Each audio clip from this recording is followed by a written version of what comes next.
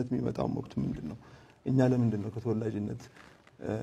የተወላጅነት መብት የሌለን በዚህ አካባቢ ያለን ነው እየጠየቅን ያለነው የኛ የፖለቲካ ጥያቄ ነው የአስተዳደር ጥያቄ አይደለም አሁን ምን ያነሳህልኝ ጥያቄ ለኔ አስተዳደር ጥያቄ ናቸው እሺ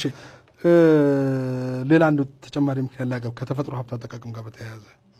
አዲስ አበባ በየቀኑ 350 ሺህ ሜትር ኪዩብ ውሃ ታገኛለች እነዚህን ውሃ የምታገኘው ከፈርሳ ግድብ አለ ከለገዳዲ አለ በተቀረው ደግሞ ሌሎች በኦሮሚያ ዙሪያ ከሚገኙ በአዲስ አበባ ዙሪያ ከሚገኙ ቦታዎች ኦሮሚያ ክልል ውስጥ ከሚገኙ የውሃ ማውጫ ጉድጓዶች በዚህ መሰረት አዲስ አበባ እንደው በኔ ራፍ ግምት መሰረት በየቀኑ ከሚያገኘው ከሚያቀርበው የመጠጥ ውሃ ከ350 ሺህ ሜትር ኪዩብ ውሃ ውስጥ በየቀኑ ወደ 1.3 ሚሊዮን ብር ገቢ ሰበስባል ያው የአገልግሎት ክፍያ ያረጋል ማለት ነው በአመት ወደ 485 ሺህ ብር 485 ሚሊዮን ብር ገቢ ያገኛል እነዚህ ውሃዎች ሁሉ የሚመጡት ያው አዲስ አበባ ኦሮሚያ መሃል ነው የምትገኘው የራሷ በቂ የሆነ የተፈጥሮ ሀብት አቅርቦት የላትም የውሃ አቅርቦቷንም ከኦሮሚያ ክልል ነው የምታገኘው ኦሮሚያ ይሄ የተፈጥሮ ሀብቱን ማለት ለአዲስ አበባ ሰልፍታው አሁን ራሴን በራሴ አስተዳድራለሁ ራሴን እችላለሁ ብለህ የምትል ከሆነ ወይ ሰልፍ ሰፊሸንት አትሆንም ኢምፖርት የምታገኘው ነገር ይኖራል ስታገኝ ደግሞ ለዛ ተገቢውን ክፍያ የምትከፍልበት አግባብ ይኖራል ከአዲስ አበባ ከኦሮሚያ ክልል ለሚገኝ ንጹህ የመጠጥ ውሃ አዲስ አበባ ታስቦ ተሰልቶ ተነጋግረው ከመስተዳደሩ ጋራ የሚገባውን ክፍያ ሊከፈሉ ይገባል አይመስልም ይሄ ማን ዲስፒት አደረገ ይሄ እኮ በለህ በከተሞች መካከል ሲሆን በክልሎች መካከል እንደዚህ አይነት ይሻላል ለምሳሌ አክቹአሊ በተለያዩ ሀገሮች መካከል ለምሳሌ ሲንጋፖርን ስዳት ሲንጋፖር ቶታሊ 100% አብዛኛው ቶታሊ ያለው ግን በጣም አብዛኛው ነው የምታገኘው ከማሌዥያ ከኢንዶኔዥያ ነው ጎረቤት ሆኖ ሀገሮች ግን እነዚህ ሀገሮች በሲንጋፖር ላይ ስፔሻል ኢንተረስት የላቸውም አሁን ያነሳውን ጥያቄ ይሄ አሁን ያነሳው ጥያቄ ሁሉም ከተሞች አድሬስ የሚያደርጉት ጥያቄ ነው ሁሉም with no exception በስፔሻል አንዱም ቦታ ላይ ግን በስፔሻል ኢንተረስት በልዩ ጥቅም ኮንቴክስት ይፈታል ተባለ አሁን ያነሳው ጥያቄ ልጅት መጥያቄ ነው መፈታት ያለበት በኔጎሺዬሽን ነው ማስተር ፕላን በነገራችን ላይ ይሄ ነው ግን መፍትሄ አላገኘም እስካሁን እኮ ይሄ ነው ይሄ ተሸንቅሮብን ሄዳለና ሄዷላ ተሸንቅሮብን ሄዳላ ይሄ ህዝብን ለመከፋፈል የወጣ ልዩም ጥቅም የሚባል ነገር ተሸንቅሮብን ሄዳል እሱ ነው አስተምብሊንግ ዶክመንት ነው ማስተር ፕላን እኮ ያስፈልጋል ማስተር ፕላን ያስፈልጋል አዲስ አበባ ለሚያክል ትልቅ ከተማ ማስተር ፕላን ያስፈልጋል እንኳን አዲስ አበባ ለአዲስ አበባ አይደለም እያደጉም ላሉ መካከለኛ ከተሞች ማስተር ፕላን ያስፈልጋል እነዚህ አንተ ያነሳቸው ጥያቄዎች ናቸው አድሬስ የሚሆኑት የሪሶርስ ከአንዱ የሚመጣ ውሃ ቆሻሻ ወዘተ ይሄ በማስተር ፕላን ኮንቴክስት ውስጥ ኔጎሺዬት ቢደረግ ነው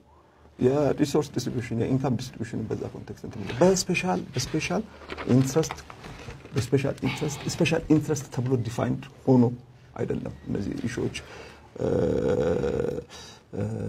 የእንትን አድሬስ የሚደረጉት and that's the point ultimately that's the point አዲስ አበባ ላይ አሁን ያነሳቸው ጥያቄዎች በሌሎች ከተሞችም ላይ አሉ በዛው መንገድ ነው መፈታት አለበት ለአዲስ አበባ ሶል ለምን ይሆናል that's the question እኮ ለምን ይሆናል አንተ ነገር እኔ አላውቅም well because TPLF እኛን መከፋፈል ፈልጎ ነው አይሄደው the whole ሊከፋፈል የአዲስ አበባ ልዩ የሆነበት that's the point አዲስ እኛን ሊከፋፈልን ስለፈለገ ልዩ ጥቅም የሚል ነገር አስቀምጦብን ሄዳ እኔ የሚገባኝ ይሄ ነው እስክንድር እኔ አሁን ደጋግሜ ያየሁት ከመንግስቱን ለረጅም ጊዜ ተጽፈበት ነበር ይሄን ጉዳይ ስፔሻል ያደረገውና ልዩ ያደረገበት ምክንያት አስመልክቶ በህገ መንግስቱ ሲቀመጥ በግልጽ የተቀመጠችው ብቸኛ አረፍተ ነገር የምትለው ምንድነው አዲስ አበባ በኦሮሚያ መሃል የሚገኝ መሆኑ ነው የሚለው በኦሮሚያ መሃል የሚገኝ መሆኑ ማለት ውስን ቦታ ነው ለግንባታ የሚሆን ጥሬቃዎችን በራሱ ማቅረብ አይችልም ቅድም እንደ ውሃ ያለውን ነገር በራሱ ማቅረብ አይችልም ከህክምና አገልግሎት ደግሞ የኦሮሚያ ማህበረሰብ አዲስ አበባ መጥቶ ከሌላ ሀገሪቱ አካባቢ ለምሳሌ 44% የትግራይ ክልል ማነው የጳውሎስ ታካሚ ከትግራይ ክልል ሊመጣ ይችላል ከአዲስ አበባ ነው የሚመጣውና መሬት ላይ ያለውን ተጨባጭ ሁኔታ ከግንዛቤ በማስገባት የገባ ክሎዝ ነው ብዬ አስባለሁ እንዴ ይቅርታ አድርግልኝ ይሄ ይቅርታ አድርግልኝ አሁንም እዚች ጋር እዚች ላይ እንትን ልበለ ይሄ ኢሹ የሌለበት ከተማ የት ነው ነው ጥያቄ አሁን እንደርታ ማነው መቀሌና እንደርታ ለሽሽብን እንደርታና መቀሌ እንደዚህ አይነት ለሽሽፈር ነው መካከላቸው ያሉት በመጀመሪያ መቀሌ ብቻዋን በሪሶርስ ራሷን ትችላለች አትችልም አሁን ሌሎች አንተ ለተሳቸው ነገሮች በሙሉ እንደርታ ነዋሪ አክሰስ ኢዝሊ አክሰስብል አይደለም ኢዝሊ አክሰስ አያደርገውም በክልል የተዋቀሩት በክልል ሲዋቀሩ ራሳቸውን በራሳቸው እንደሚያስተዳድሩ በሚያርግ እሳቤ አንዱ በሌላ ማዘጋጃ ቤት ነው ማዘጋጃ ቤት ነው